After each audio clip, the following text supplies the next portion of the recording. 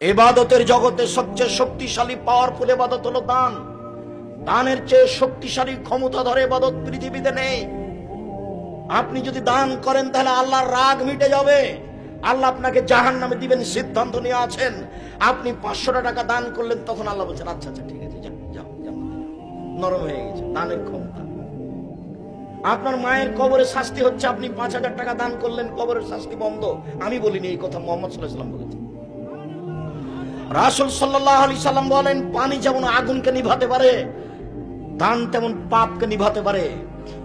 বিচারের মাঠে যারা দান করবে তারা দানের ছায়া তলে থাকবে। যতক্ষণ পর্যন্ত বিচার চলবে ততক্ষণ পর্যন্ত দানের ছায়া তলে থাকবে। আমি অনুবাদক মুহাম্মদ সাল্লাল্লাহু আলাইহি ওয়াসাল্লাম এভাবে বলেছেন। পৃথিবীতে সবচেয়ে শক্তিশালী ক্ষমতাধর ইবাদত হলো দান। এর পরেও যদি সালাত না থাকে তাহলে আল্লাহ দানের মতো ইবাদতকে কেটে দিবেন। এক ফোঁটা চোখের পানি আল্লাহর কাছে সবচেয়ে প্রিয়।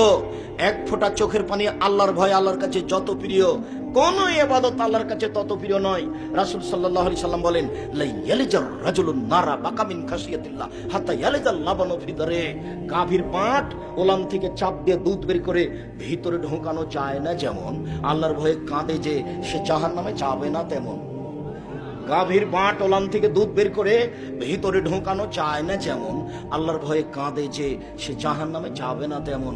আল্লাহর ভয়ে এক ফোঁটা চোখের পানি আল্লাহর কাছে অনেক অনেক অনেক প্রিয়, বিনিময়ে জান্নাত।